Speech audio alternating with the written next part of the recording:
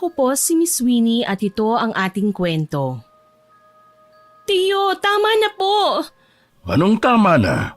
Alam mo naman nagipit tayo ngayon, hindi ba? Tapos mag-iinarte ka pa. Sumama ka na sa customer mo. Ayoko, Tiyo. Hindi ko na masikmura ang mga ginagawa nila sa akin eh. Sobrang kababuyan na sa pagkatao kong dinaranas ko. Wala akong pakialam. Bilisan mo na, hindi ka na dapat pang magmatigas. Binayaran na ako ng customer mo. Wala kang hiya, Tiyo. Talagang pinakinabangan mo na ako ng husto. Balang araw, pagbabayaran mo ang lahat ng ito. Kung makapagsalita ka, parang hindi ka puta. Pasalamat ka, sinalo kita noong mga panahong wala kang mapuntahan. Ngayon nagmamalaki ka na? Sino ba bumubuhay sa'yo? Ha? Ha? Napasigaw ako ng marahas na hinila ni Tiyo ang aking buhok. Sapilitan niya akong kinaladkad palabas ng bahay. Gustuhin ko man na umatungal, hindi ko na nagawa. Alam kong wala akong takas sa kalupitan ng sarili kong kadugo. Tingin niya sa akin, isang bagay na pwede niyang paglaruan, anumang oras niyang gustuhin. Tama na, Tiyo! Nasasaktan ako! Maawa ka naman sa akin! Punyeta! Saka lang ako maaawa sa'yo kapag nakabawi ka na sa hirap ko sa pag-ampon sa'yo. Ngumisi si Tiyo at tila laruan lang akong pinakuha sa customer na nakaabang sa labas ng dala niyang kotse. Pakiramdam ko, buhay pa ako ay nasusunog na ang kaluluwa ko sa impyerno. Wala akong mapuntahan at lalong wala akong malalapitan. Ako nga po pala si Lena, 35 years old. Ang masakit na pangyayaring ito sa buhay ko ay nangyari noong ako'y 20 years old pa lamang. Inosente at walang alam sa tunay na kahulugan ng salitang miserable. Galing ako sa probinsya namin sa Iloilo. Para lubos po ninyong maintindihan ang aking kwento, sisimulan ko sa panahong ako ay tuluyan ng naulila. Kamamatay lang ng nanay ko noon kaya wala akong mapuntahan. Wala kaming ibang kamag-anak maliban kay Tiyo Gary na umuwi lang mula sa paninirahan niya sa syudad. Wala na si nanay. Wala na ring direksyon ang buhay ko. Iya, huwag kang mag-alala. Nandito naman ako eh. Nakahanda akong tumayong magulang, kapalit ng nanay mo. Hindi mo naman kailangang mabuhay ng mag-isa. Tiyo, sanay po ako sa buhay dito sa probinsya. Baka po maging sakit lang ako sa ulo niyo kapag sinama niyo ako. Hindi ako nakapagtapos ng pag-aaral. Wala po akong alam na gawin kundi ang maglinis lang ng bahay, maglaba at magluto. Pamangkin, huwag mong minamaliit ang kakayahan mong magtrabaho sa bahay. Hindi mo ba alam na mapagkakakitaan yan sa syudad? Talaga po, Tiyo? Oo naman. Saka malaki pa ang sweldo. O ano?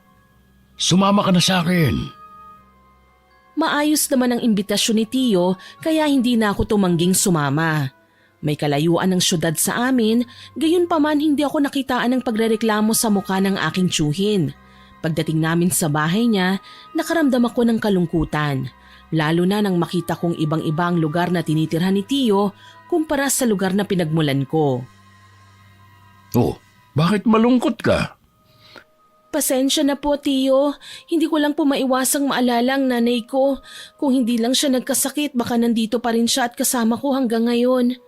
Hindi mo na dapat na binabanggit ang nanay mo at iniiyakan.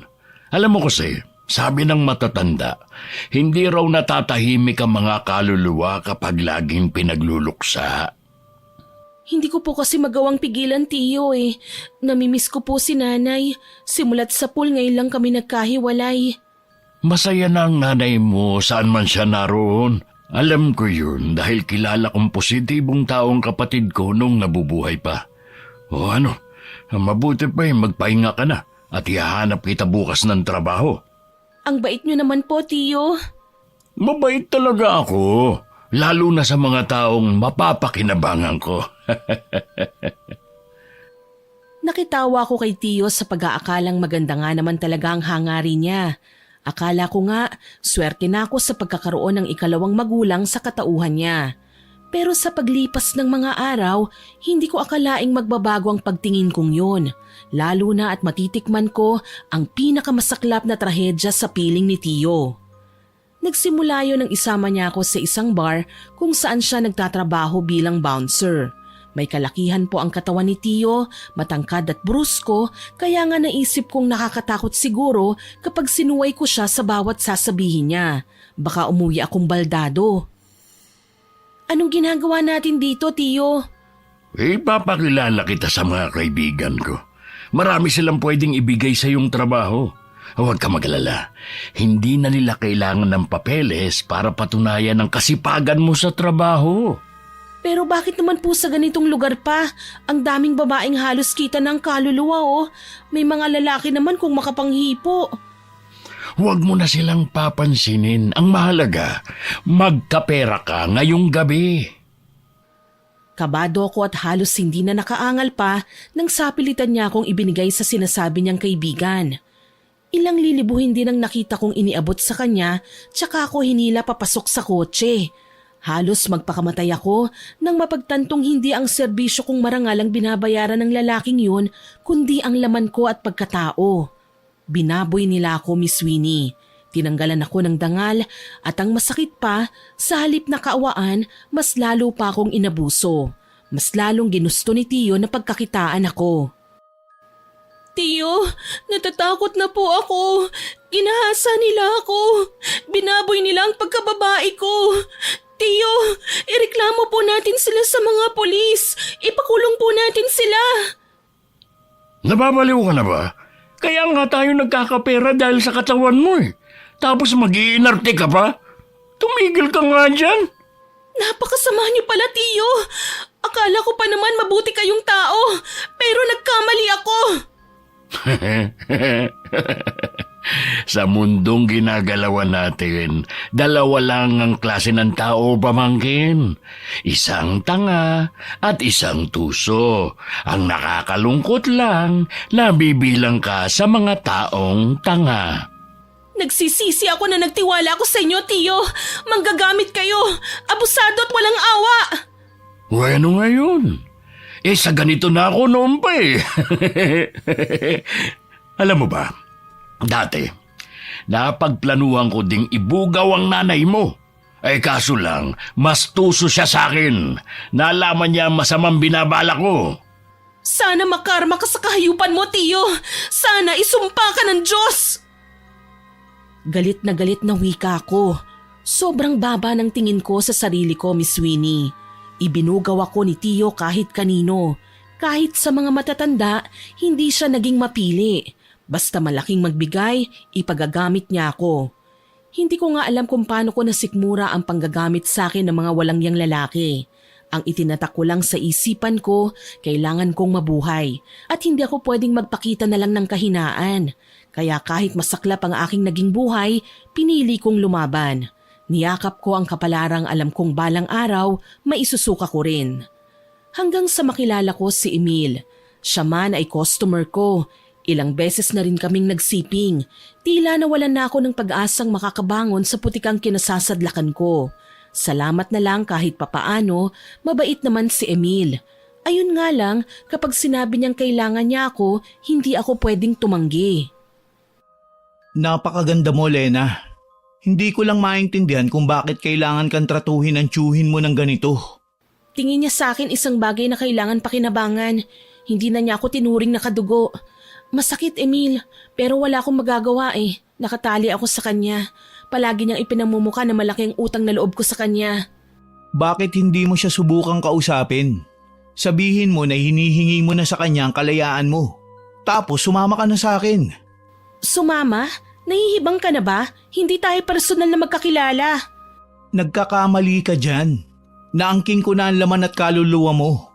Paano mo pa nasasabing hindi tayo personal na magkakilala? Yun naman ang totoo, hindi ba? Mas higit pa sa malalapit na kaibigan ang ginagawa nating dalawa. Hindi mo yung matatanggihan, Lena. Akin ka. Hindi mo ako kasintahan, lalong hindi kita mahal. Malaki ang may tutulong mo sa buhay ko, Lena. Asahan mo, hindi kita pababayaan kapag pumayag ka sa gusto ko. Hindi ako nakasagot kagad sa sinabi sa akin ni Emil. Punong-puno ng pagnanasa ang kanyang mga mata. Ni hindi na niya ako binigyan ng pagkakataon na makarason ng kahit na ano. Basta na lang niya ako inabutan ng sobrang may lamang pera. Tinanggap ko yon at binilang. Nasa mahigit 20,000 rin. Ganito siya kagalante pagdating sa akin. Umuwi ka na, Lena. Pag-isipan mo ang sinabi ko sa'yo. Hindi ko pa alam kung papayag ako. Tsaka si Tio Gary malamang hindi siya papayag na ipamigay ako. Mas gusto niya na permanente ako napapakinabangan. Bibigay ka din, Lena. Alam ko. At ako na ang bahala sa tiyo mo. Oo nga pala, yung cellphone number ko, isave mo ha. Oras na kailanganin mo ang tulong ko, tawagan mo lang ako. Nagkakamali ka, Emil. Hindi ako hihingi ng tulong sa'yo. Tignan natin. Huminga ako ng malalim tsaka ako lumakad paalis. Alam kong imposible ang sinasabi niya pero kailangan sumunod ako sa agos.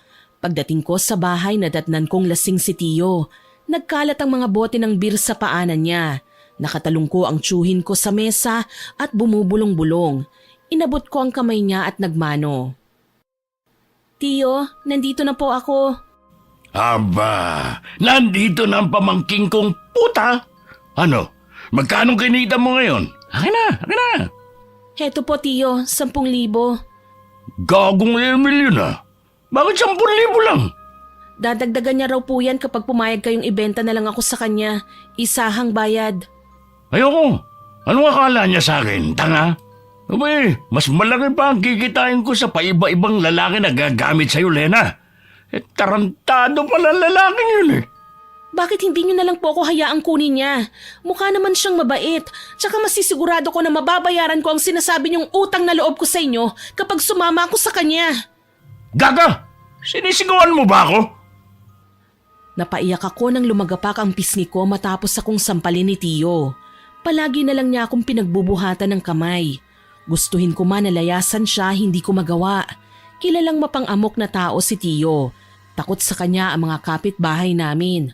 Kahit nasa squatters area kami na ang turing sa mga nakatira rito ay mga barumbado, mas hindi nila kayang lamangan ng bagsik ni Tio. Huling tumakas ako sa bahay niya ay may matandang alis siyang binugbog kaya naman kahit labag sa loob ko, nagpakita na ako sa kanya. Mula noon hindi na ako nagtangkapang umalis at tiniis na lang ang trato niya sa akin na masahol pa sa basahan. Hanggang kailan niyo ba ako pakikinabangan, Tio? Hayaan niyo naman ako mabuhay ng naaayon sa gusto ko. Sawa na akong maging isang babaeng bayaran. Nasira na nga ang buhay ko pero ayaw niyo pa rin akong makapagbagong buhay. Sa tingin niyo matutuwa si nanay kapag nalaman niyang pinagagagawa niyo sa akin? Huwag mong gagamitin sa akin ang alaala ng namayapa mong ina. Ngayon ko lang nararanasang gumante sa kanya. Alam mo ba kung bakit ako umalis sa bahay namin sa probinsya? Dahil siya na lang ang palaging bukang bibig ng mga magulang namin. Palaging siya ang bida. Siya ang paborito. Siya ang magaling. Ngayon, saan siya dinala ng pagiging mabuti niyang anak? Nauna na siya sa langit. Kung ano man po ang hindi niyo pinagkaintindihan ng nanay ko, labas ako ron. Huwag ka nang sumagot pa. Wala kang karapatan. Buwisit. Tio! Umalis ka nga sa harapan ko. Baka tadyaan kita dyan eh. Umiiyak na tinalikuran ko si Tio. Sobrang baba ng tingin ko sa sarili ko sa totoo lang. Gayunpaman, nagpapasalamat na lang ako dahil hindi na siya nagtanong pa at nangulit sa halagang binigay sa akin ni Emil. Hindi ko binigay lahat ng pera dahil inipon ko yun. Umaasa akong kapag nakahanap na ako ng tiyempo, makakaalis na ako sa bahay niya. Pumasok ako sa aking kwarto at nagkulong. Kinaumagahan, tulog pa si Tio nang magising ako. Kumakabog ang dibdib ko na bumangon at hinablot ang isang backpack. Mga mahalagang gamit ko lang ang nilagay ko doon kagaya ng pera, cellphone at iilang damit. Siguro ito na ang tamang pagkakataon para tumakas. Patiyad akong bumaba sa hagdan. Malapit na ako sa pinto, ngunit kay bilis kong tinakasan ng kaluluwa nang may humawak sa binti ko. Nanlilisik ang mga mata ni Tio habang nakahiga sa sahig. Saan ka pupunta? Ayoko na po, Tio. Tama na ang pambubugaw niyo sa akin. Aalis na ako. Nahihibang ka na ba? Wala ka na mapupuntahan. Hindi pa kayo nakakasigurado, Tio. Kaya dyan na po kayo. Pikit mata kong sinipa ang muka ng aking tiyuhin gamit ang malaya kong kabilang binte kaya nabitawan niya ako. Sinamantala ko naman ang pagkakataong yun para kumaripas ng takbo. Habang papalayo sa bahay ng aking tiyuhin, inilabas ko ang aking cellphone. Kinakain man ng hiya ang pagkatao ko ay kailangan ko ng tulong. Kaya naman nagmamadali kong hinanap sa phone book ang pangalan ni Emil at pinindot ang call. Ilang ring lang ang narinig ko ay sumagot na kagad siya na nasa kabilang linya. Sabi ko na nga ba, papayag ka din sa alo ko sa'yo. Nagkakamali ka. Tsaka na natin yung pag-usapan. Kailangan ko ng tulong. Papatayin ako ni Tio. Sana sunduin mo ko. Sige, papunta na ako. Mag-iingat ka. Salamat. Pakibilisan mo na lang, please. Napaigtad ako nang marinig ang papalapit na boses ni Tio. Lena! Ang Tio! Hayop kang babae ka! Hindi niyo na ako makokontrol pa. Lena! Lena! Tulong! Mga kapitbahay! Maawa naman po kayo sa akin! Ayoko nang bumalik kay Tio! Itago niyo ako! Walang makikialam, mga hayop kayo. Alam niyong kaya ko kayong balikan, ha? Pweh! Tigilan niyo na ako, Tio! Ayoko na! Gusto ko nang magbagong buhay! Kung hindi ka ba namang gaga, hindi ka na makakapagbagong buhay. Lunod ka na sa putikan! Hindi ako nakaangal ng hablutin ni Tio ang aking buhok. Napasigaw ako at napasunod sa kanya nang kalad ka rin niya ako pabalik sa bahay. Tinginan sa amin ng mga kapitbahay. Alam kong gusto nila akong tulungan ng mga sandaling yon, Miss Winnie. Pero hindi rin naman nila magawa. Natatakot sila kay Tio na kahit ang mga tambay, kanya-kanyang iwasan na lang ng tingin. Tio, huwag! Mas nababagay ka sa sulok na to, punyeta ka! Pinagod mo pa ako sa kakahabol sa'yo! Hindi na po tama ang ginagawa niyo eh. Hindi ako hayop. Ah, ganon ha? Nakita kong tumalikod si Tio na akmang may kukunin. Kaya naman tuluyan na akong nanlaban at muli siyang sinipa. Bumalandra siya sa may banggera kaya nagmamadali akong bumangon at umakyat sa taas. Pumasok ako sa kwarto at doon nanginginig na nagkulong. Kailangan kong mag-isip ng paraan para makatakas. Lena! Buksan mo to! Umalis ka na, Tio! Layuan mo na ako! Buwisit ka talagang babae ka! Talagang sinasagad mo, pasensya ko ha! Humanda ka oras na makapasok ako sa kwarto mo! Hindi mo na magagawa ang lahat ng gustuhin mo, Tio. Baka nakakalimutan mo, tsuhin lang kita. At kung gaano ka kabagsik at katuso, ganun din ako. Nanggagalaiti kong singhal tsaka nilingon ang bintana. Nagliwanag ang mga mata ko nang mapagtantong pwede kong lumabas mula doon. Minsan na akong napagsabihan ni nanay na bawal dumaan ang mga babaeng kagaya ko sa bintana dahil may pamahiin na itatanan daw ang babaeng hindi dumaraan ng maayos sa pinto. Ayoko nang isipin ang paniniwala na yun. Sa sitwasyon ko ngayon, wala nang magtatangkapang magtanan sa akin. Nagmamadaling lumabas ako sa bintana. Matapang akong humakbang sa bubong hanggang sa may mahanap akong mababaw na parte. Kaagad akong tumalo na ikinasigaw naman ng ilan sa mga nakakita sa akin. Hindi na ako lumingon pa sa pinanggalingan. Tumakbo lang ako ng tumakbo hanggang sa may natanaw na akong paparating na kotseng tila ba sasalubong sa akin. Kotse ni Emil. Dumungaw sa bintana ang lalaki tsaka ako tinawag. Lena, halika na. Akala ko hindi ka na darating eh.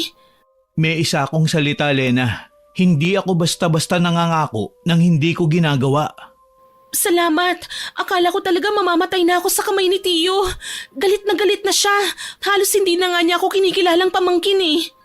Ngayon mo pa ba napagtanto yun? Sa simula pa lang, hindi ka niya natrinatong kadugo. Ibinugaw ka nga niya, hindi ba? Sinamantala niya yung mga hayok sa laman. Lena, baka nakakalimutan mo. Nananahimik ako. Ang tiyo mo lumapit sa akin. Sino ba naman ako para tumanggi? Isa pa, may pera ako. Kaya ko kayong bayaran. Kahit pa kaluluwa ng tiyo mo, kaya kong bilhin. Alam mo, Emil, wala kang karapatang magyabang. Ang meron ka ngayon, pwedeng mawala sa hinaharap. Huwag kang masyadong makampante. Nakakatuwa. Tumatapang ka pala kapag natatakot. Sabihin na nating nagsawa na ako na palaging inaapi. Ngumisi lang si Emil at hindi na sumagot pa. Lalo niyang pinaharurot ang sasakyan papalayo. Dinala niya ako sa isang malaking bahay. Tahimik doon at mukhang walang tao. Nasaan tayo, Emil? Anong ginagawa natin dito? Ito ang isa sa mga bahay ko. Walang ibang tao rito, kundi tayong dalawa lang. Hindi mo na ako dapat na dinala dito. Kahit sa tabi mo na lang ako ibinaba. Kaya ko namang maghanap ng matutuluyan eh. Ito ang mas ligtas na lugar para sa'yo. Hindi ka mahahanap ng tiyo mo. Malayo ka sa gulo. Ayokong magkaroon ng utang na loob sa'yo, Emil. Tama na ang minsan pang gagamit mo sa akin. Hindi kita ginagamit, Lena. Dapat nga matuwa ka eh. Hindi kita pinabayaan. Kung tutuusin, isa ka lang bayarang babae. Kaya wala kang karapatang questionin ang ginagawa ko para sa'yo. Dahil ligtas ka naman. Ngayon aalis ako at uuwi sa bahay ko. Mamayang tanghali, may darating na dalaga rito para magsilbing alalay mo. Wag na wag mong tatangkaing tumakas dahil kaya kitang matuntun saan ka man magpunta. Tinalikuran ako ni Emil pagkatapos niyang sabihin ang bagay na yon. Hindi ko alam kung tuluyan na ba akong namanhid dahil hindi man lang ako makaiyak sa labis na galit at lungkot na aking nararamdaman. Nakalaya nga ako sa kalupitan ni Tio pero nalipat naman ako sa kasamaan ni Emil na sa tingin ko mas mahirap takasan. Wala sa sarili kong naupo ako sa sofang nasa tabi ko. Kairang yan ang lugar na kinaroroonan ko. Puro mamahali ng mga gamit na kahit antigo na ay naghuhumiyaw sa ganda at elegante. Pero paano ako mabubuhay sa lugar na ito? Mag-isa lang ako. Wala akong kasama. Mamamatay ako sa lungkot dito. Nawawala ng pag-asa na nakatulog na lamang ako sa sofa. May hinang tapik sa aking balikat ang nagpagising sa akin. Nang dumilat ako, tumambad sa aking paningin ang mukha ng isang babae. Ate Lena, ate gumising ka na. Halika, may dala akong pagkain. Naihain ko na sa kusina. Sino ka? Ako si Mariel, Ate Lena. Ako ang kinontrata ni Sir Emil para samahan ka dito sa bahay. Nasaan ang amo mo? Bakit kailangan niya akong ikulong dito? Masanay ka na, ate. Hindi lang naman ikaw ang tinulungan ni Sir. Yun nga lang, may magiging kapalit. Ano ka mo? Kapalit? Oo. Hindi ba't karamihan sa inyo ginagawang empleyado ni Sir? Huwag ka mag-alala. Ang nanay ko nga ginawa niyang empleyado eh. Pero huwag ka maingay ha. Pwede mo ba akong tulungang makaalis dito? Naku ate, pasensya ka na. Yan ang hindi ko magagawa. Ayoko namang masira ang trabaho ko dahil lang sa pumalpak ako. Hindi niya naman malalaman na tinulungan mo ako eh. Sasabihin mo lang na tumakas ako. Ate, wag mo nang tangkain pa. Hindi lang ako nagbabantay sa'yo. Sa ibang lugar, lalo na sa labas ng bahay na to, may mga gwardya, kaya hindi natin sila malulusutan. Saka, bakit ba ang pagtakas mong kailangan mong isipin ngayon? May tamang timing para dyan. Ang mabuti pa, kumain ka na muna para makapag-ipon ka ng lakas. Sa bagay, sige nagugutom na nga rin ako eh. Sinamahan ako ni Mariel sa kusina at natakam sa inihain niyang pagkain. Pork adobo, sinigang na hipon at tortang talong. Napasabak ako sa kainan habang kasalo ang dalagang kahit ngayon ko lang nakilala, magaan na kagad ang loob ko. Nagkwento ko tungkol sa nangyari sa akin, sa tunay kong pinagmulan. Hindi rin siya naging maramot. Ikinuwento niya sa akin ang pinanggalingan niya. Katulad mo, galing din ako sa probinsya. Napadpad lang ako rito dahil hinahanap ko ang nanay ko.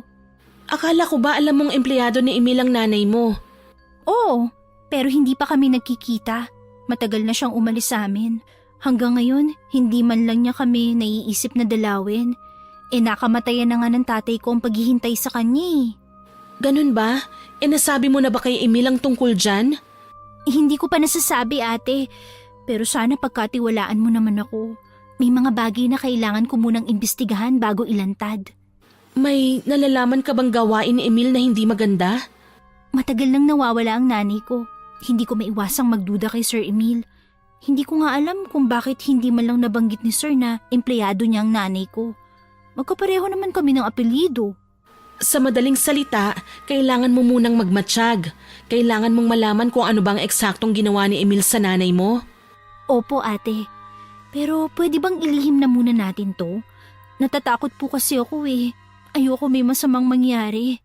Oo naman, huwag kang mag-alala. Nagbago ng isip ko. Hindi na ako aalis dito.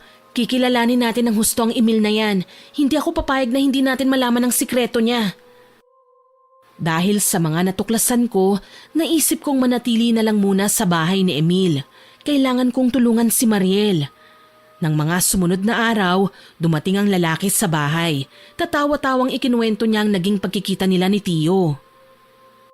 Alam mo bang binangasan ko ang mukha ng tiyo mo, Lena? Ano? Yan naman talaga ang leksyon ng mga taong matigas ang ulo. Inabangan niya ako at nag-eskandalo siya sa kalsada. Ano sa tingin mong gagawin ko? Hayaan na lang siya? Hindi mo na dapat pinatulan ng tiyo ko. Baka sakalalapit mo sa kanya, malaman niya kung saan mo ko tinatago. Baka mapuntahan niya ako rito. Huwag kang mag-alala, Lena. Marami akong bagay na pwedeng gawin para magtanda yung tiyuhin mong maangas at mabagsik. Pwede ko siyang ipahuli. Oo, pero makakalaya rin siya. Pwede rin siyang tumakas at mas makakahanap siya ng paraan na balikan ako. Okay din kung ipapapatay ko siya. Kaso lang, walang thrill. Mas gusto kong makita ang pagdurusa niya. Yung nahihirapan siya ng husto hanggang sa umabot na sa puntong kailangan niya na magmakaawa. Anong ibig mong sabihin? Halika, may ipapakita ako sa'yo. Umakyat kami sa ikalawang palapag ng bahay at tinungo ang pinakadulong kwarto na hindi ko pa napapasok.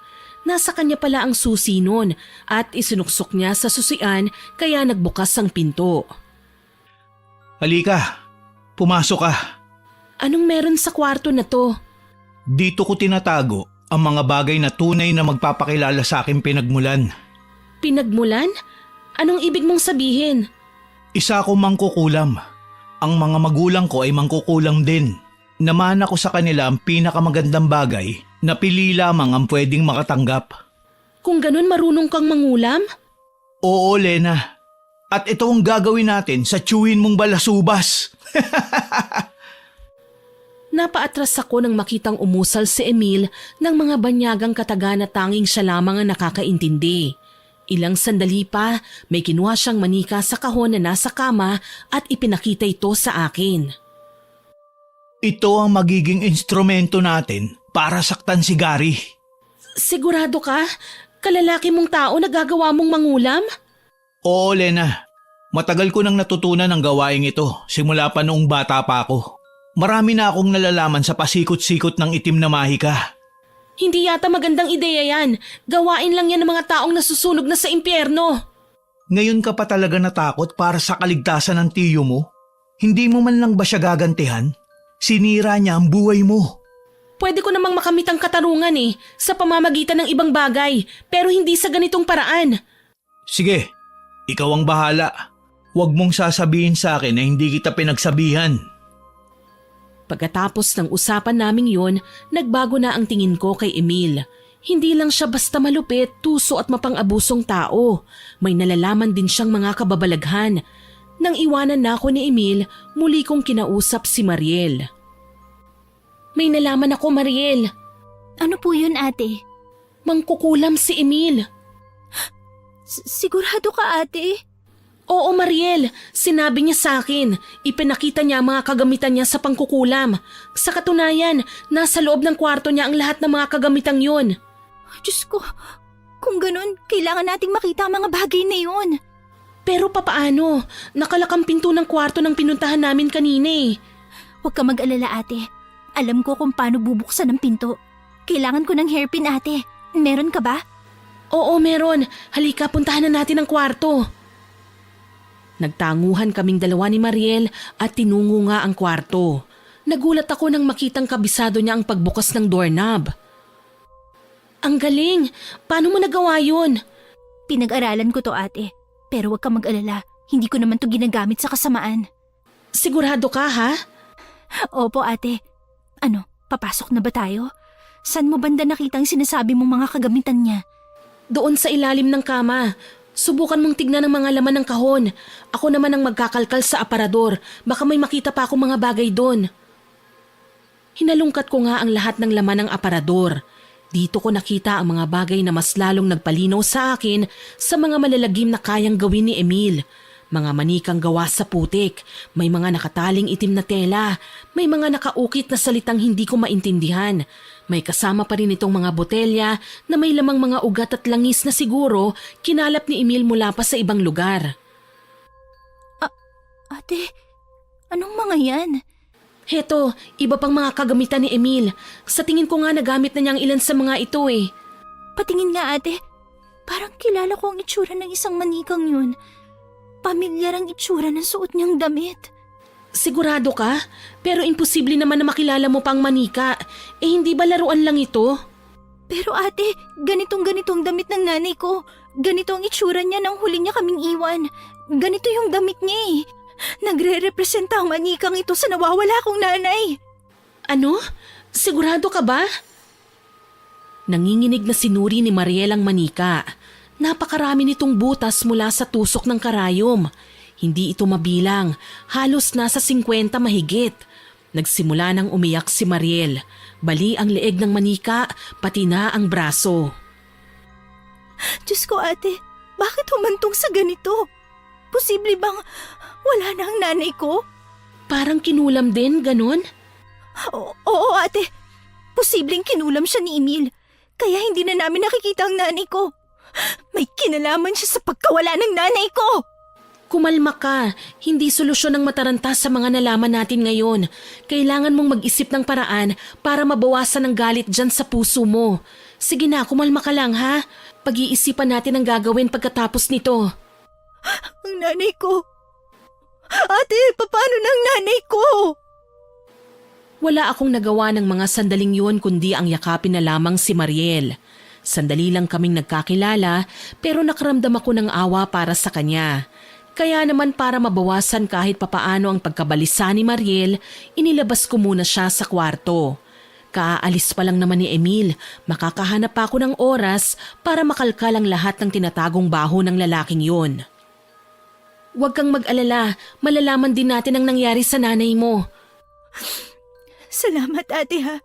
Kahit papano, gumaan ang pakiramdam ko. Ako nga ang dapat magpasalamat sa iyo eh. Hindi mo ako hinusgahan kahit alam mong naging bayaran ako. Hindi mo naman ginusto yun eh. Biktima ka lang ng mga taong kagaya ng tiyo mo, ni Sir Emil. Pati nga ang nanay ko, dinamay nila. Paano ko ito ipapaliwanag sa pamilya ko? Paano ko sasabihin sa kanila na naging biktima ng kulam ang nanay ko? Huwag kang mag-alala, magiging okay din ang lahat. Kasama mo ko sa lahat ng gagawin natin. Nang mga sumunod na sandali, inabala ko ang sarili ko sa paghahanap ng iba pang mga bagay na nag-uugnay sa pagkatao ni Emil. May mga nakuha kong litrato tungkol sa probinsya ng kanyang pinagmulan at sa kanyang asawa. Tama ang sinabi ko, Miss Winnie. May asawa si Emil na nagngangalang Guada. Pero bakit hindi niya na ikukwento sa akin ang tungkol sa babae? Bakit umaasta siyang binata at malaya? Nasaan kaya si Guada? Sa labis na kuryosidad ko, ginawan ko ng paraan na masundan si Emil. Pinlano ko ng mabuti ang mga susunod kong hakbang para makalabas ako ng bahay. Isang araw, hindi na malaya ng mga gwardya na nakapuslit kami ni Mariel palabas ng bahay.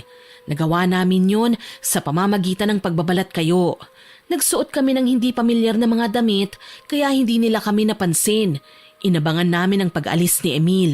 Hindi niya nakita ang pagtakbo namin palabas sa likurang bahagi ng gate dahil abala siya sa pagbibigay ng instruksyon sa mga gwardya kung ano ang mga susunod na gagawin. Ate, ayun na si Sir Emil. Humanda ka. Aalamin natin kung saan talaga ang bahay niya. Kailangan nating malaman kung naroon ba ang asawa niyang si Guada. Paano tayo papasok? Dito pa nga lang hirap na tayong makalabas kanina. Siguradong mas mahigpit ang seguridad sa bahay ni Sir Emil. Mas maraming bantay doon. Gagawan natin ng paraan, Mariel. Huwag kang mag-alala. Hindi naman ako papayag na wala tayong makuha sa lakad nating ito eh. Sabagay, sang-ayon ako sa sinabi mo ate. Kailangan ko ding kumpirmahin ang hinala ko sa amo ni nanay. Kailangan kong malaman na may koneksyon ng manikang yun sa pagkawala niya. Huwag kang mag-alala. Oras na malaman nating may kinalaman si Emil sa pagkawala ng ina mo, mananagot siya. Maingat naming sinundan si Emil. Kahit nagmamaneho siya ng sasakyan, hindi namin hinayaang mawala siya sa aming paningin. Hindi naman kalayuan ang biyahe namin. Makalipas ang ilang minuto, sa tansya ko mga kalahating oras, dumating kami sa aming destinasyon. Ito na ba ang bahay ni Sir Emil? Siguro. Halika, subukan nating lumibot sa likuran. Malakas ang kutob ko na kaya nating dumaan sa parting yun eh. Ate, natatakot ako. Baka kung anong makita natin. Huwag kang matakot ha. Walang mangyayaring masama sa atin. Basta huwag ka lang hihiwalay kapag nakapasok na tayo sa loob. Opo ate, gagawin ko po. Pumuslit kami sa hardin nang wala kaming napansin na tao. Hindi pala kagaya ng inaasahan namin, walang gwardya sa buong kabahayan at wala ding mga kasambahay. Sa loob, sa tingin ko'y bintana ng kwarto, may naririnig kaming umuungol na babae. Animo nasasaktan dahil ramdam ko ang bigat ng kanyang nararamdaman. Hindi ko na kaya. Sobrang hirap na ako. Guada, bakit? Anong nararamdaman mo? Hanggang kailan ako magtitiis ng ganito? Sawang-sawa na ako, Emil. Konting panahon na lang, mahal. Gagaling ka rin. Hinahanda ko na lang ang alay. Ilan pang buhay ang kailangan mong ialay, ha, Emil? Wala naman silang kasalanan sa mga nangyayari sa atin. Hindi sila dapat na nagdurusa ng ganito. Hindi mo kasi ko naiintindihan eh. Ayokong mawala ka, Guada. Ikaw lang ang kaisa-isang taong mahalaga sa akin. Kung talagang mahal mo ko, hahayaan mo na akong mamahinga. Saka huwag ka na magpanggap, Emil. Alam ko naman kung ano ang dahilan, kaya gusto mo pa ako mabuhay. Gagaling ka, Guada. At sa pagkakataong yun, ibibigay mo na sa akin ang lahat ng gusto ko. Sinubukan kong sumilip sa siwang ng bintana. Isang babaeng nakaratay sa kama ang kasalukuyang kausap ni Emil. Napakaraming aparatong nakakabit sa kanyang katawan. Tila ba yun na lamang ang sumusuporta sa buhay niya para madugtungan pa. Ate, anong meron? Nakita ko na si Guada. Kausap niya si Emil. Nagmamakaawa siya na pagpahingahin na pero mapilit si Emil na hahanapan siya ng alay. Alam mo ate, matagal ko nang napapansin na may pagkasayko si Emil. Lahat na lang ng babaeng ayaw sa kanya, pilit niyang kinukulong. Aba, hindi maganda ang mabuhay ng walang kalayaan. Siguro ang nanay ko, kinulong niya din sa lugar na to. Malaki ang posibilidad. May narinig pa kasi akong sinabi ni Emil na tungkol sa alay na hinahanda niya. Hindi ko alam kung para saan. Hindi naman siguro para kay Guada. Hindi naman siya mukhang halimaw. Ate naman nakakatakot kaya yung mga nalalaman natin. Mas lalo ko nag-aalala. Wala na yata ako mahahanap na bakas ni nanay. Huwag kang mag-alala. Maghahanap tayo ng paraan. Tsetsempo lang tayo. Halika, ang mabuti pa lumayo na muna tayo rito. Babalik pa ba tayo sa bahay ni Sir Emil? Hindi na, Mariel. Nakatakas na tayo eh. Hindi na ako babalik sa impyernong yun. Ano, sasama ka ba? Sasama ako ate. Wala din naman akong balak na manatili na lang doon. Baka mas lalo ako mapahamak. Huwag kang mag-alala. May pera naman akong naipon mula sa mga binigay sa akin ni Emil eh. Ito ang gagamitin natin para makahanap ng matitirhan. Pasimple nga kaming umalis ng bahay na yon. Naglakad kami ni Mariel dahil noon ko lang naramdaman na malaya ako. Walang kinatatakutang tsuhe na pwedeng maghabol sa akin, wala ring manggagamit na lalaking balak na naman akong ikulong. Basta masaya ako sa pagiging malaya. Hindi ko na napansin ang meron sa paligid, kaya naman hindi ko napaghanda ang may lalaking basta nalang humablot sa akin. Ha? Tiyo? Ang tagal kitang hinanap, pamangkin kong bayaran. Alam mo bang binangasan ako ni Emil dahil gusto niyang tigilan na kita? Pwes ngayon, mamamatay ka na sa mga kamay ko. Matandang panot! Itiwan mo ang ate ko! At sino ka naman? Hindi mo kaano-ano ang pamangkin ko. Nag-iisa lang ako nakadugo niya. Nagkakamali ka. Kahit hindi kami magkadugo, pamilya na ang turingan namin sa isa't isa. Kaya wag kang pakasisiguro na kikilalanin ka pa ni ate. Takot na takot talaga ako nang sumayad ang kamay ni Tiyo sa braso ko. Pakiramdam ko, sanlaksang kilabot na naman ang ipaparanas niya sa akin kaya kailangan kong makalayo. Bitiwan mo ako, Tiyo! Hindi, sasama ka sa akin. Sa akala mo, makakamula ka pa? Isama mo pa yung alalay mo. Mariel, tumakbo ka na! Hindi kita iiwan, ate. Kailangan kitang tulungan.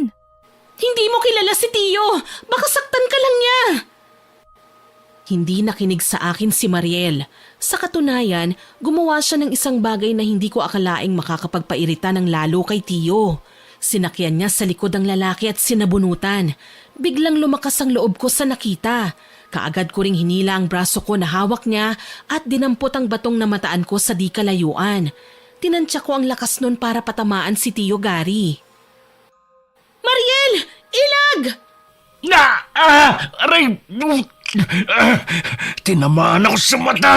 Hayop kang babae ka! Talagang papatayin mo ako! Buti nga yan sa'yo, Panot! Ang mga taong abusado kagaya nyo, dapat lang na pinarurusahan! Halika na, Mariel! Tumakbo na tayo! At magkahawak pa kami ng kamay na tinakbo ang eskinita. Hindi namin alam kung saan papupunta. Ang gusto ko lang makalayo kami sa lugar na ito. Hayaan na sana nila kami dahil hindi ko na gusto pang mabuhay na ginagamit lang nila. Nakalayo nga kami kay Tio Gary pero nakasalubong naman namin si Emil. Nagtingin na ng mga tao sa amin nang magkasundo kami ni Mariel na magsigawan. Pero nakakalungkot lang, tila ba walang naririnig ang mga tao. Wala man lang good Samaritan na nagpasyang lapitan kami. Hinila niya ako papasok sa kotse at sinampal pa niya si Mariel nang makapasok na kaming lahat. Sinong may sabi sa inyo na tumakas? Huwag mong idadamay si Mariel. Kasama ko siya dahil napilitan siya na sundan ako para mai-report sa'yo kung saan ako pupunta. Hindi makapaniwala si Mariel sa sinabi ko, pero hindi ako nagpatinag. Kailangan kong magsinungaling para hindi siya maparusahan ng sobra. Umiiyak ang dalaga sa tabi ko kaya niyakap ko siya. Hindi naman nagbago ang tingin sa amin ni Emil. Ginawaran niya kami ng tingin na tila ba gusto kaming lamunin. Ulitin mo pang ginawa mo, Lena. Talagang hindi ka magsisisi. Iiyak ka ng dugo dahil sa kapangasan mo. Ako pa ngayon ang mapangahas? Anong ginagawa mo kay Guada? Hindi ba ikinulong mo siya at ayaw mong pakawalan? Nagmamakaawa na nga sa'yo ang asawa mo, matigas pa rin ang puso mo. Paano mo nalaman ang mga bagay na yun? May mga paraan ako, Emil. Ang kapal ng mukha mong angkinin ng buhay namin. Wala kang karapatan. Lalong wala kang karapatang gawin kaming alay. Bakit? May magagawa ba kayo kung gusto kong ipalit ang buhay nyo para sa buhay ng asawa ko? Wala kayong laban sa akin, Lena. Akin ka! Sa halip na sa dating bahay na pinagtaguan niya kami dinala, humantong kami sa bahay kung saan naroon si Guada. Sapilitan niya kaming hinila ni Mariel at ikinulong sa isang kwarto. Hindi ko maipaliwanag kung bakit napakalakas ng lalaki at nagawa niya kaming ikulong nang nag-iisa lang siya. Nanginginig na umiiyak si Mariel. Ako naman, pinagbabayo ko ang pinto sa labis na galit. Wala akong ibang gustong gawin kundi ang basagin ang mukha ni Emil. Paano yan, ate? Nakakulong na tayo sa lugar na to. Hindi na natin makakamit ang katotohanan na hinahanap natin. Binigo ko ang pamilya ko. Huwag ka nang umiyak, Mariel. Kasalanan ko to eh. Kung hindi na sana kita isinama pa rito, hindi ka sana nadamay. Pero ate, kahit ano pang paliwanag ang gawin natin, kasama pa rin ako sa problemang ito. Damay na ako. Hindi na ako makakatakas hanggat hindi ko nalalaman ang totoong nangyari kay nanay. Hayaan mo, gagawa tayo ng paraan, ha? Ate, ililigtas kita. Hindi ko man nagawa yun sa nanay ko. Gagawin ko naman sa'yo. Ililigtas kita at ilalayo sa gulong ito. Pinlano naming mabuti ang mga gagawin. Salamat na lang talaga, pagsapit ng 4:00 ng hapon, binuksan na ni Emil ang pinto. Hindi niya na ito nilock. Kampante naman ako na hindi nyo nagagawin pa ang ginawa nyong pagtaka sa pinagtaguan ko sa inyo. Alam mo kasi, Lena, kahit saan pa kayo magtago, mahahanap ko pa rin kayo. Mahahanap? Gagamitan mo ako ng mahika para mabihag mo na naman ulit? Sabihin mo na kasi, ano bang kailangan mo sa akin? Simpleng tao lang ako. Oo, simpleng tao ka lang. Pero may kakayahan ka sa ibang bagay. Hindi mo nga lang alam. Bakit hindi mo ipaliwanag sa akin? At bakit kailangan mong malaman? Hindi mo pwedeng alamin ang mga kakayahan ko. O ang misyon ko kung bakit kailangan kitang ikulong dito sa bahay ko? Ang mga patapong tao na kagaya mo, hindi na dapat na binubuhay sa mundo. Kayo ang naging dahilan kung bakit naging patapon ang buhay ko. Higit sa lahat, hindi ako patapon dahil wala akong ginagawang masama sa kapwa. Malakas akong sinampal ni Emil. Bahagyang sumama ang kanyang reaksyon pero kaagad din naman itong nagbago nang marinig ang pagtawag ni Guada. Hindi pa tayo tapos. Babalikan kita at sisingilin sa ginawa mo. Akala mo ba natatakot ako sa'yo? Pasensya na. Wala sa bokabularyo ko ang salitang takot, Emil. Tapos na ang madidilim kong sandali sa piling nyo. Ganun na? Sige, ipapatikim ko sa'yo ang malaimpyernong sandali sa piling ko. Napasigaw ako nang hinablot niya ako at binaliwala ang mga pagtawag ni Guada. Dinala niya ako sa isa sa mga kwarto ng bahay na yon at tila laruan na inihagi sa kama. Napaungol ako sa sakit ng aking katawan pero hindi ito ininda ni Emil. Marahas niyang pinunit ang suot kong damit kaya nalantad sa kanya ang aking hubad na katawan. Hayop ka! Bastos! Oo, talaga? Anong tawag sa mga babaeng kagaya mo? Biktima lang ako ng kahayupang ginawa niyo. Hindi na kayo naawa. Talagang paulit-ulit mo pa akong binababoy ng ganito. Ito lang ang silbi ng mga babaeng kagaya mo. Kaya wag ka nang umangal. Dahil hindi ka rin naman makakaangal eh. Bayad ko na pati kaluluwa mo. Wala akong nagawa kundi ang pumalahaw habang ginagawa ni Emil ang lahat ng makamundong pagnanasa na gusto niyang gawin sa akin. Pakiramdam ko, wala na akong karapatang mabuhay. Wasak na ang pagkatao ko. Hindi man lang ako nabigyan ng pagkakataon na maayos ang buhay ko. Ginahasa niya ako, Miss Winnie. Iba ito sa dati niyang ginagawa sa tuwing kinukontrata niya ako. Sapilitan ito at hindi lang pisikal kong katawan ang pagod na pagod, pati na ang puso at kaluluwa ko. Iniwan niya akong namamaluktot sa takot habang balot ng kumot ang katawan ko. Alam kong sa pagkakataong ito nagbago ng pagtingin ko sa mga bagay-bagay. Wala nang hustisya, walang maaawa at tutulong sa akin. Mamamatay akong nabubulok sa lugar na ito na kahit yata sa kabilang buhay, dadalhin ko ang kahihiyan sa sinapit ko sa kamay ng mga masasamang tao. Ate Lena, gumising ka, ate. Mariel, Ate, halika. May dala akong damit para sa'yo. si Emil, ginahasa niya ako. Binaboy niya ulit ang pagkababae ko. Hayop siya, Mariel! Shh! Huwag ka nang umiyak, ate. Hindi ka nag-iisa. Kasama mo ako. At si Ate Guada. Anong ibig mong sabihin? Halika, magbihis ka na muna bago kita dalhin sa kinaroroonan ni Ate Guada. Sige, magbibihis ako. Mabuti na lang may mga damit na binigay sa akin si Mariel, kaya napalitan ko ang punit kong suot. Iika-ika kong naglakad kasama ang dalaga palabas ng kwarto na kinaroroonan ko. Pumunta kami sa mas magarbong silid kung saan naroon si Guada. Nakahiga ang babae sa kama. Napakaraming aparatong nakakabit sa kanyang katawan. Lumingon siya sa amin. Lena, mabuti at nandito ka. Pwede ba kitang makausap? Ayos lang. Ate, siya po ang asawa ni Sir Emil. Oo, alam ko. Nakita ko ang tungkol sa kanya sa lumang bahay. Mga wedding pictures, mga papeles. Totoo ang sinabi niya, Iha. Lena, gusto kong humingi ng tawad sa lahat ng mga nagawa ng asawa ko. Alam kong mahirap pero hindi ko kontrolado ang iniisip ni Emil. Kahit ilang beses ko pa siyang pigilan, wala akong magawa. Ano bang kailangan ni Emil sa amin? Bakit niya ako kailangan na ikulong sa bahay na ito? Narinig ko kayo pinag-uusapan ng tungkol sa alay. Ang asawa ko ay isang mangkukulam. Minana niya ang kaalamang ito mula sa kanyang mga magulang. Pero habang tumatagal, nagbabago na ang hangarin ni Emil. Hindi lang siya basta nangungulam ng mga taong nagkakasala. Natutunan niya ang proseso ng pag-aalay para magpagaling ng mga may sakit. Ano naman ang kinalaman ko doon? Wala akong espesyal na katangian. Hindi ako anak mayaman. Bakit kailangan akong madamay? Hindi ka naman bulag. Alam mong ginahasa ako ng asawa mo. Hindi na ako makatayo, Lena. May taning na ang buhay ko dahil sa malubhang karamdaman. Pero ayaw ni Emil na mamatay ako. gagamitin ka niya para gumaling ako. Ipapalit niya ang sitwasyon ko sa sitwasyon mo. Mahiya naman kayo, Guada. Hindi dalawang buhay niyo para ariin ang sa akin. Alam ko, at hinihiling ko lang sana sa iyo ngayon. Sakyan mo na muna ang asawa ko. Hanggat nabubuhay ako, hindi rin siya susuko. Pero gagawa ako ng paraan para itigil na niya ang ginagawa niya. Nilulunod na siya ng matinding kasamaan.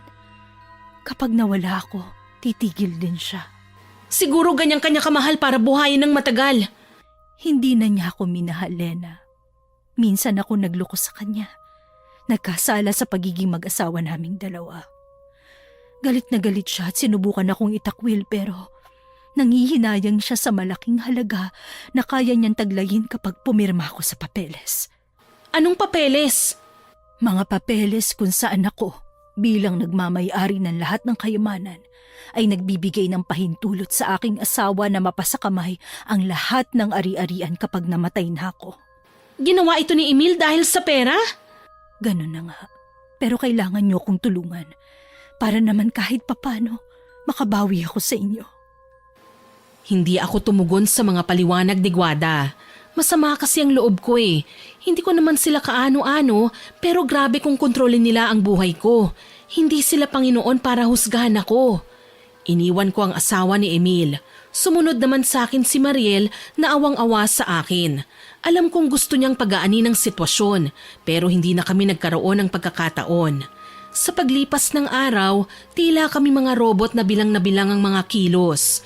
Kahit sa paglabas man lang sa hardin, binabantayan kami ng mga gwardya na sinadya ni Emil na mag-duty sa bahay niya. Pati si Guada may guard na sa pinto. Bawal kaming makipag-usap sa kanyang asawa o lumapit man lang sa kwarto. Si Mariel lang ang nakakasama ko. Kapag inatake na naman ang makamundong pagnanais si Emil, tsaka ulit nagiging impyerno ang buhay ko. Buti na lang madalas umalis ang lalaki. Kaming tatlo naman ang naiiwan sa bahay. Muli, ginusto ni Guada na makipag-usap sa akin. Kaya kahit galit ako sa kanya, wala akong nagawa kundi ang harapin siya. Kasama ko naman si Mariel. Guada, anong kailangan mo? Wala nang oras, Lena. Kailangan mo na akong tulungan. Bakit ko naman gagawin yun?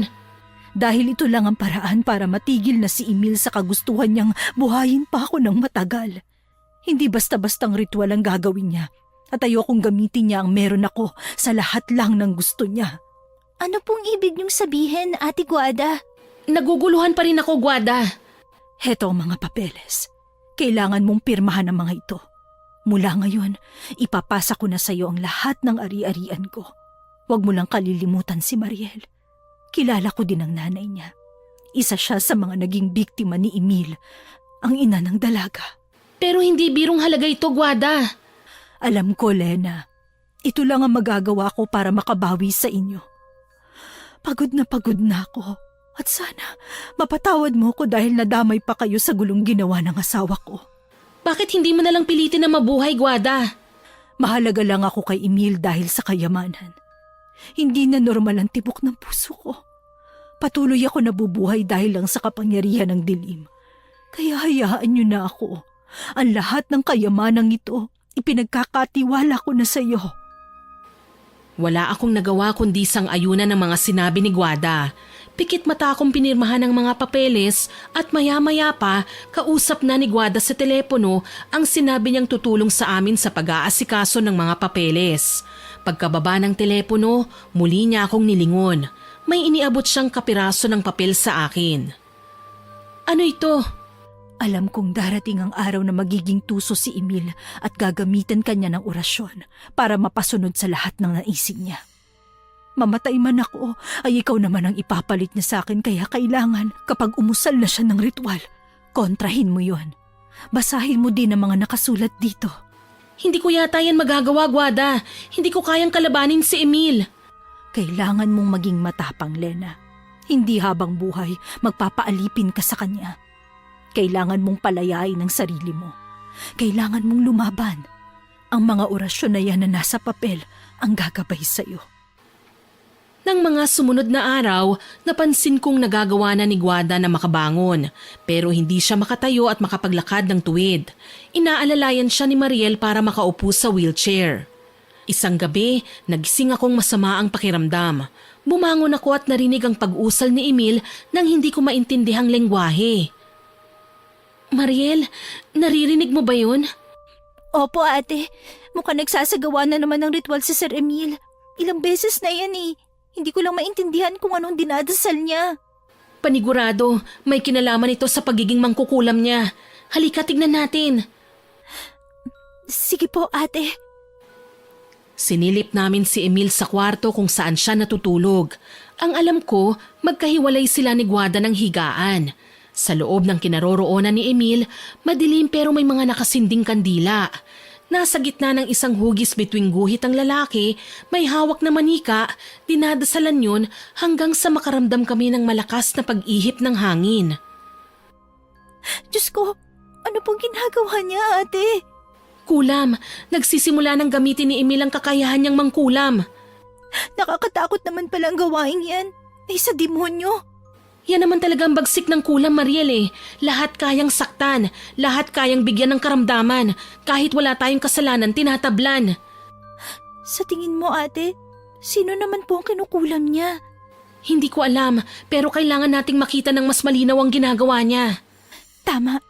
Ang problema, paano? Mukhang hindi naman aalis ang lalaki niyan sa kinauupuan niya. Huwag kang maingay, maghihintay lang tayo ng tamang tiyempo.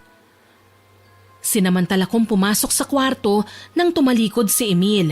Kasalukuyan niyang binubuhusan ng langisang nasabing manika. Hugis lalaki yon at may kasamang picture na nakadikit sa bandang dibdib. Nanlaki ang mga mata ko nang makitang litrato yon ni Tio. Anong ginagawa mo? Hindi ka ba natutuwa, Lena? Heto na, isasagawa ko ng paghihiganti natin sa tiyo mo. Ito na ang tamang oras para kulamin natin siya. Nababaliw ka na, Emil! Hindi pa ako nababaliw, Lena. At alam ko pa kung anong ginagawa ko. Hindi sa lahat ng pagkakataon, hahayaan ko na lang na maging mabagsik ang chewin mo. Deserve niyang magkasakit. Ate, baka may ibabalita na naman sa'yo. Ang mabuti pa, bumangon na lang tayo ate. Para wag nang mag-ingay ang lalaking yan. Mamaya sugurin na naman tayo rito. Dala ng matinding pangingilabot, pinili na lang namin ni Mariel na magkulong sa aming kwarto kahit nahirap na kaming makatulog. Akala ko tapos na ang bangungot na yon, Miss Winnie. Pero nagkamali ako. Kinabukasan, kinalampag ni Emil ang dingding ng aming kwarto. Nang gigigil niya kaming ginising. Bumangon ka, Lena! Ano na naman kaya ang problema ng hinayupak na to? Ang aga-aga napakaingay. Ate, baka may ibabalita na naman sa'yo. Alam mo, Mariel, wala na akong pakialam kahit na ano pang sabihin ni Emil. Sabay man silang mamatay ni Tio Gary, alam kong hindi ako malulungkot o magsisisi. Pareho naman silang may kasalanan sa akin eh. Ang mabuti pa, bumangon na lang tayo ate. Para wag nang mag-ingay ang lalaking yan. Mamaya sugurin na naman tayo rito. Sige, mabuti pa nga. Ayoko rin naman na makitang nagwawala si Emil eh. Baka hindi na ako makapagpigil at makagawa ko ng kahit na anong bagay na ikagagalit niya. Saktong pagkatapos kong magbihis, sinalubong ako ni Emil sa labas ng kwarto. Nakapanglakad na damit ang lalaki. Pinasadahan pa niya ako ng tingin sabay ngisi. Sumama ka sa akin. May ipapakita ako sa'yo. Ayoko! Dito lang ako! Huwag ka nang umanga, Lena. Hindi mo pwedeng palampasin tong papakita ko sa'yo. Halika na. Sumama ka na. Ayoko nga sabi! Makikinig ka ba sa akin? O kailangan pa kitang kalad ka rin? May sarili ako mga paa. Kaya kong maglakad. Huwag mo nang patagalin pa. Sumakay ka na sa kotse. Wala akong nagawa kundi ang padabog na sumakay sa kotse. Kahit kasi tumanggi ako, wala rin namang mangyayari. Literal na maghihilahan lang kami hanggang sa matapos ang araw namin na may mga bugbog ako o bali sa katawan. Bago kami makaalis, nalingunan ko pa sa may bintana si Guada. Naka-wheelchair siya sa mga sandaling yon at tipid ang ngiting iginawad sa akin. Tahimik na nag-drive ng kotse si Emil, ni hindi niya ako kinikibo. Ayos lang din naman sa akin yun dahil abala ang isipan ko sa ibang bagay. Kailangan kong makahanap ng tiyempo para makatakas at makapagsumbong na sa pulis. Siguro naman paniniwalaan ako ng mga alagad ng batas. Kung ano man ang binabalak mo, wag mo nang ituloy. Alam ko kung ano naglalaro sa isipan mo, babae. At sisiguraduhin ko sa'yo na hindi lang ikaw ang masasaktan kapag tinangka mo na naman tumakas. Bakit ba pinipilit mo sa akin ang sarili mo? Hindi ako mayaman, lalong hindi ako kilalang tao. Hayaan mo na kasi ko. Sa ginagawa mong to, wala kang pinagkaiba sa tiyuhin ko. Pareho kayong gago. Ang gago mong tiyuhin, malamang, malubha na ngayon. Kaya huwag kang mag-alala. Kapag sinuway mo lahat ng kagustuhan ko, isusunod kita sa kanya. Sana mamatay ka na. Sa tingin mo, basta na lang mamamatay ang alagad ng dilim? Nagkakamali ka dyan, Lena. Luluha ka muna ng dugo bago mo ako makitang mamatay. Huminto ang kotse at pabalibag na binuksan ni Emil ang pinto. Ako man ay hinila niya at marahas na kinaladkad sa pamilyar na lugar na yon. Papunta kami sa tirahan ni Tiyo. Dire-diretso kaming pumasok sa loob at hindi na nag-abala pang kumatok. Naabutan namin si Tiyo na nakahilata sa kahoy na higaan, mukhang hindi naman lasing pero halatang nanghihina. Kinabahan ako. Siguro may kinalaman na sa ginawang pangkukulam ni Emil ang nangyari ngayon sa sakim kong tiyuhin. Kahit papaano natakot ako, hindi para sa kanya kundi para sa sarili ko. Kaya nga talagang manakit ng tao si Emil sa nakakasindak na paraan. Nakita mo na ang sitwasyon ng tiyo mo? Malubha na ang sakit niya. Tinuso ko lang naman ang kalawanging karayo mamanika at alam kong iepekto yun sa kanya. Kahit patayin mo pa siya sa harapan ko, wala akong pakialam. Ang mahalaga sa akin makalaya ako. Hindi ka na magiging malaya. Bakit? Umaasa ka ba talagang gagaling si Guada kagaya ng ginawa mong pag-aalay sa nanay ni Mariel para mabawi pa niya ang kanyang lakas? Ang tanga mo naman. Ha? Anong ibig mong sabihin? Pahapyaw na sinabi sa akin ni Guada na hindi ka raw nakikinig sa bawat sabihin niya. Gusto na niyang mamahinga pero ikaw naman tong ayaw na mamatay siya. Mahiya ka naman sa asawa mo, Emil. Pagod na siya at hindi na niya ginusto pang mabuhay. Tumahimik ka. Wala kang alam. Muli, tila nilamon na naman ng galit si Emil. Hinila niya ako at ninudngod sa kinahihigaan ni Tiyo. Muntik na akong mapasuka nang malanghap ang napakalansa niyang amoy. Tsaka ko lang napagtanto, nagsuka na pala ng dugo si Tiyo. Matapang ka kanina tapos ngayon titili ka? Magdusa ka sa amoy ng suka ng tiyuhin mo. Ano ba? Wag! Gary, gumising ka.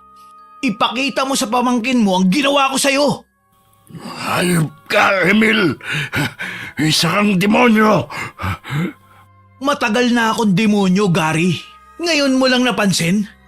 Aba, kung makapagsalita ka din, para namang hindi ka masamang tao. Binugaw ang sariling kadugo para sa kakarampot na pera. Kapag laging maayos ang kalagayan ko, babalikan kitang hayop ka. Lahat ng katarantaduhang ginawa mo, ibabalik ko sa'yo. Ang tanong, gagaling ka pa ba? Sinubukang magpumiglas ni Tiyo mula sa kinahihigaan pero hirap na siya sa paggalaw. Walang hiya ka! Alakanis Satanas! Diyan ka na sa kama mo mamamatay, Gary. Wala ka nang magagawa. Bago pa man muling makapagsalita si Tiyo, nagring naman ang cellphone ni Emil. Sandali niyang tinignan kung sino ang tumawag sa kanya sinagot. Si Mariel pala ang nasa kabilang linya. Narinig ko yon dahil naka-loudspeaker ang cellphone niya. Ano bang kailangan mo, Mariel? Nandito ako sa labas. May importante kong ginagawa. Sir, si Ate Guada po nag-overdose sa kwarto niya. Tulungan mo po ako, sir.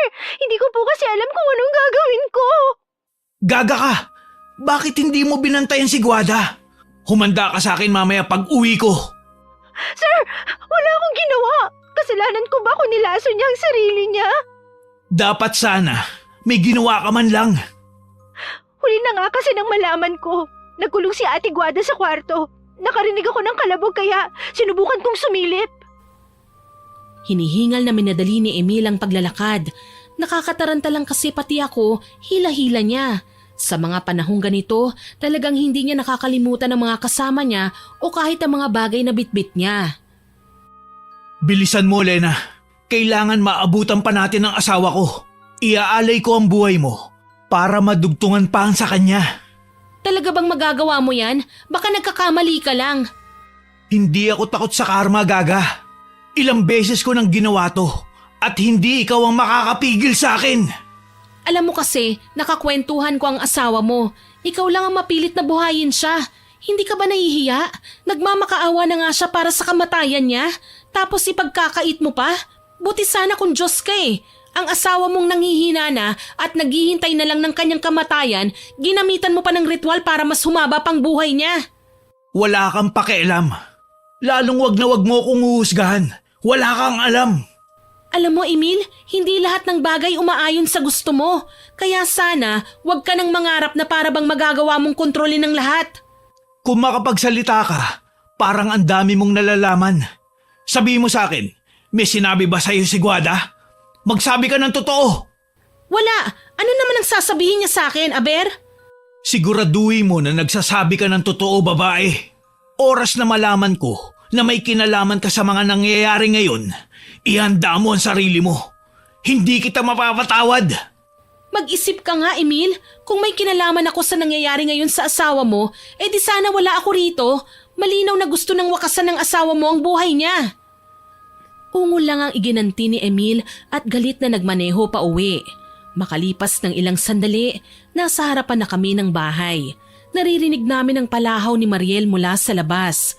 Sa tagal naming nanatili kina Tiyo, wala man lang bang ibang taong nakalapit para tumulong kina Mariel at Guada? Pagpasok namin sa loob ng bahay, diretso sa kwarto, nadatnan namin si Mariel na hirap sa pagtulong kay Guada. Bumubula na ang bibig ng babae, tirik ang mga mata at nangingitim na ang katawan. Guada, ano nangyari? Nilaso niya ang sarili niya.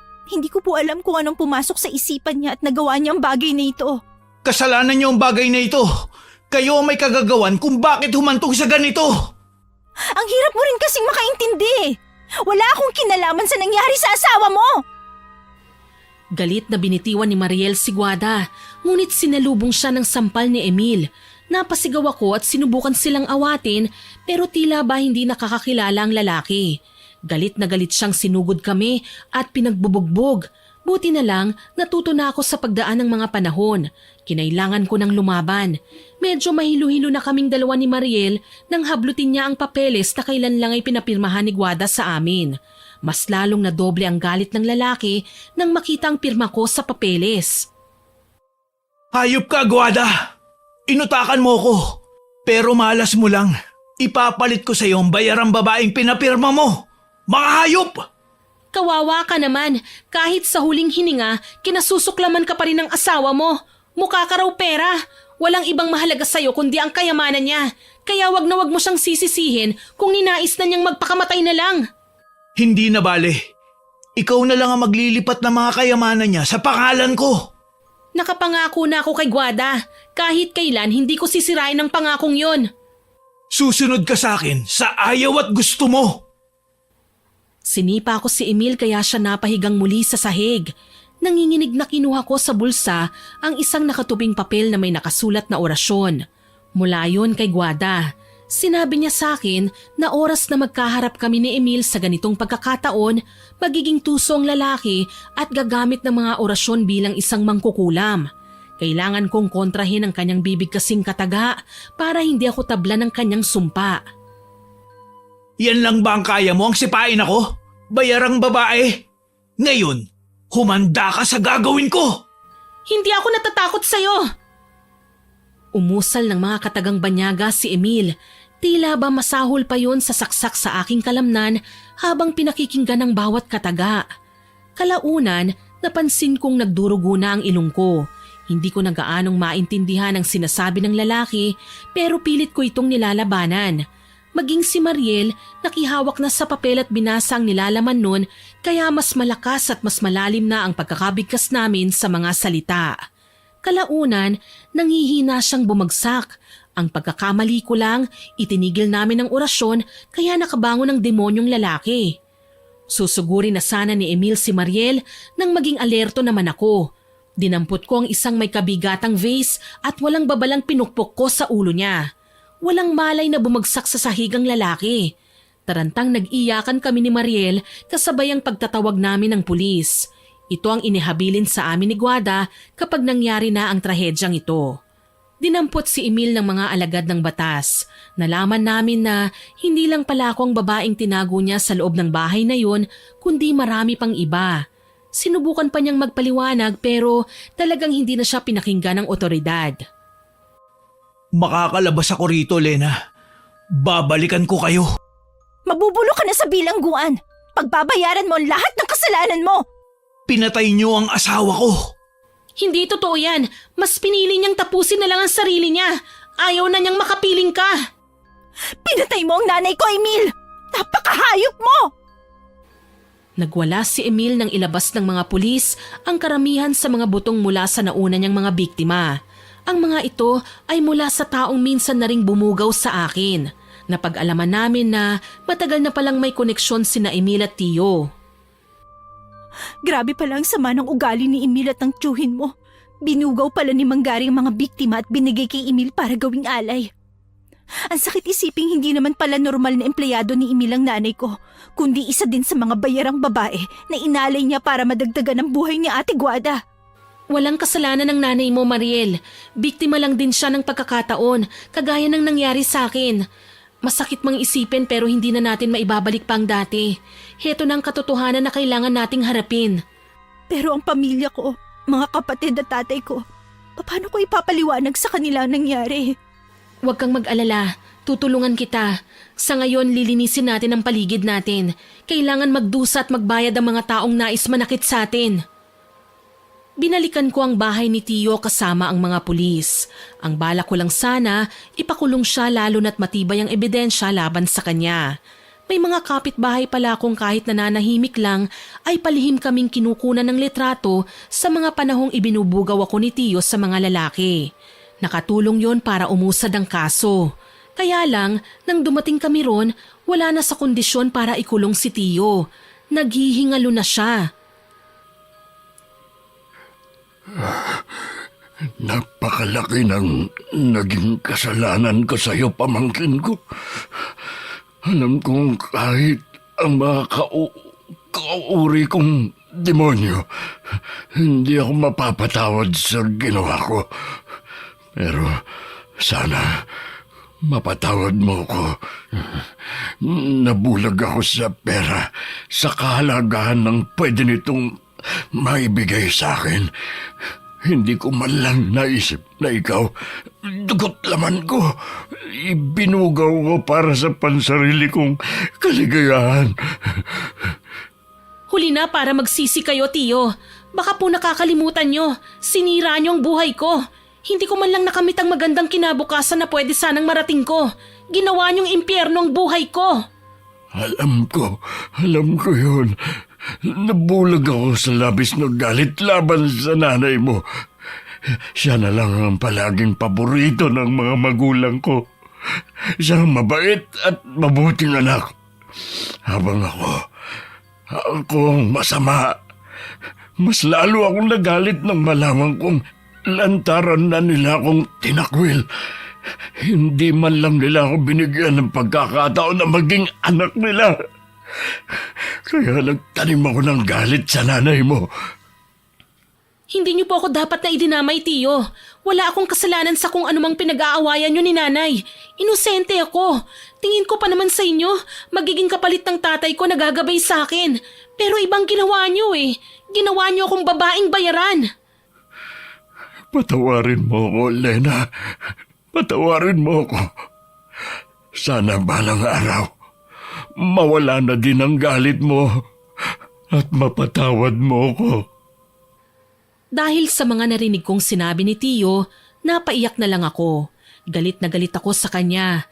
Sa katunayan, nang makita ko siya ngayon na naghihingalo at wala nang pag-asa pang gumaling, parang gusto ko pang dagdagan ng pasakit na nararamdaman niya.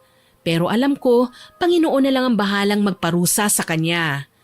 Tawagin na akong masama ng lahat pero literal na hinayaan ko siyang mamatay, Miss Winnie. Hindi ko po itatanggi yun. Hinayaan ko siyang mamatay na lunod sa kanyang mga kasalanan. Pinigyan naman namin ni Mariel ng maayos na libing si Guada bilang pasasalamat sa tulong na binigay niya sa amin. Naniniwala akong mabuti siyang tao. Kaya lang, nagawang imaniobra ni Emil ang kalusugan niya para kontrolin ang buhay niya. Grabe pala ang pinagdaanan ni Ate Guada sa kamay ni Emil. Kaya pala ayaw niyang mailipat sa lalaki ang kayamanan niya. Wala din pala siyang ibang tagapagmana. Nahihiya nga ako dahil pinagsabihan ko siya ng masasakit nung nabubuhay pa siya. Pero wala pala siyang ibang ginusto kundi ang makabawi sa atin sa naging kasalanan ng asawa niya. Huwag mo nang isipin yon, ate. Masaya na ngayon si Ate Guada sa kinaroroonan niya. Alam kong masaya niya tong pinapanood ngayon na ginagawa na ang tama. Sa bagay, tama ka naman, Mariel. At alam mo kung ano pang isa sa nakapagpapasaya sa akin? Sa panahong akala ko mag-isa lang ako, dumating ka at naging katuwang ko sa paglayo sa kapahamakan. Tinulungan mo akong maging matapang. Dati takot na takot ako kina Emil at Tio. Pero ngayon nagagawa ko ng titigan sila ng buong tapang at walang kinatatakutan. Oo nga pala, ate. Bago ko makalimutan, tumawag ang attorney ni Ate Guada. Kailangan nating magpunta sa presinto para marinig ang last will and testament niya. Kinakabahan ako, Mariel. Hindi kaya magwala si Emil kapag narinig niya ang isa sa pinakaimportanteng habilin ni Guada? Magwawala siya, panigurado. Pero ano magagawa niya? Hanggang dun na lang talaga siya. Para mas maging malinaw sa amin ang lahat, maaga pa lang nagtungo na kami sa presinto kung saan nakakulong si Emil. Tatawa-tawang pinagmasdan niya ako. May pagmamahal pa rin palang natitira sa akin si Guada. Biro mo pati ako, kasama sa pagbabasa ng last will and testament niya. Sa bagay, ako lang naman ang kaanak ni Guada eh. Habang kayo, mga sampid lang. Sa tingin mo ba matutuwa ka pa sa sasabihin ni attorney? Alam mo, Emil, kahit bigyan ka pa ng asawa mo ng mana, hindi ka pa rin makakawala sa kulungan. Baka nga habang buhay ka nang mabulok dito eh. Kasi gagawa kami ng paraan para manatili ka rito hanggat nabubuhay ka. Oras na makawala ako rito, talagang tatanggalan kita ng dila, babae ka. Hindi mo na magagawa yun. Patong-patong na ang kasong kakaharapin mo. Gigil na sinubukang magpumiglas ni Emil pero hindi niya magawa. Nakaposas kasi siya eh. Tahimik na kami nang dumating ang abogado ni Guada. Ipinaalam niya sa amin na 40% ng shares niya sa lahat ng kumpanyang pagmamay-ari niya mapupunta sa foundation na dati niyang tinutulungan noong malakas pa siya. Ang natitira naman ay maiiwan sa akin at ako na ang magiging bagong boss na labis ikinagalit ni Emil. Sa 2 bahay, rest house at beach resort ay malilipat din sa pangalan ko, kasama ang kanyang mga alahas at iba pang ari-arian. 50 million naman ang pera niya sa bangko ang mapupunta sa akin at kay Mariel naman ang natitirang 30 million kasama na ang mga piling antigong kagamitan na may malalaki ding halaga. Nag-iwan si Guada ng 2 milyon para sa bahay ampunan at 10 milyon na paghahati-hatian ng mga naunang biktima ng kanyang asawa. Hindi namin alam na ganun pala kayaman si Guada. Isa na siyang donya kung tutuusin, pero ginugol niya ang natitira niyang oras sa pagkaratay sa higaan na minaniobra naman ni Emil.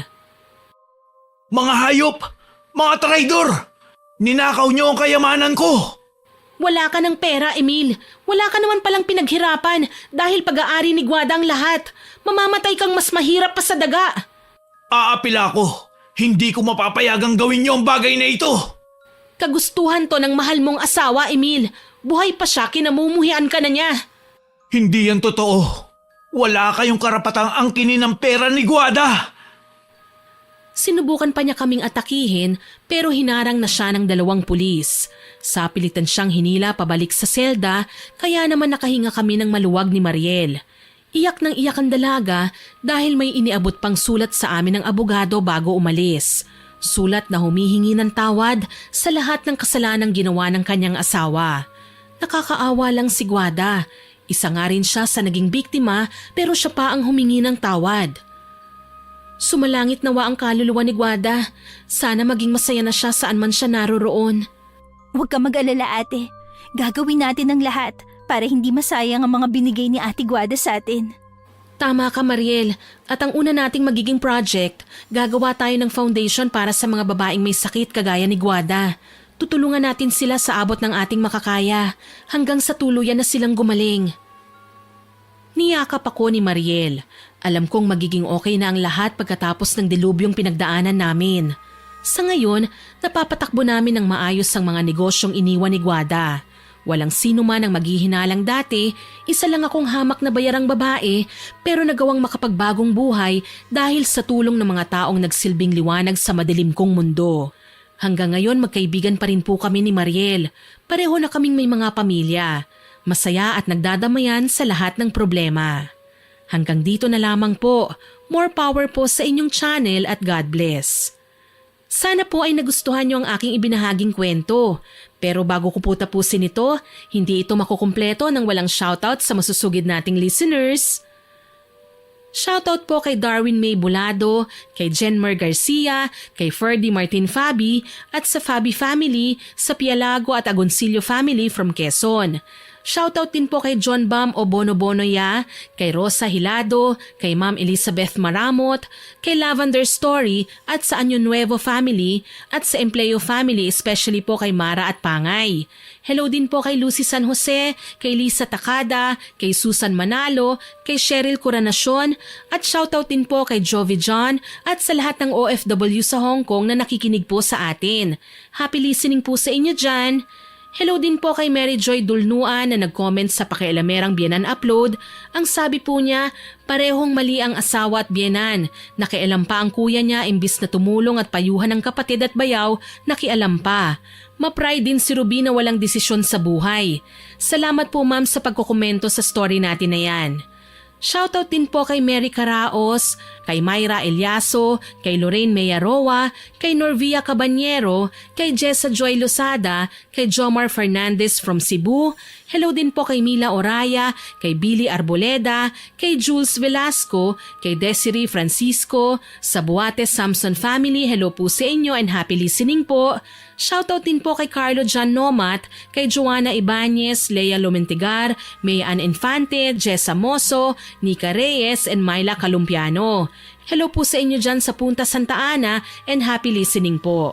Hello din po kay Rebelina Santiago, kay Angelica Gonzalez, kay Aiza Mendoza, kay Lynn Buro, kay Lynn Picana, sa Noda at sa Baresa family. Shoutout din po kay Rowena Ausa at sa Ausa at sa Train family.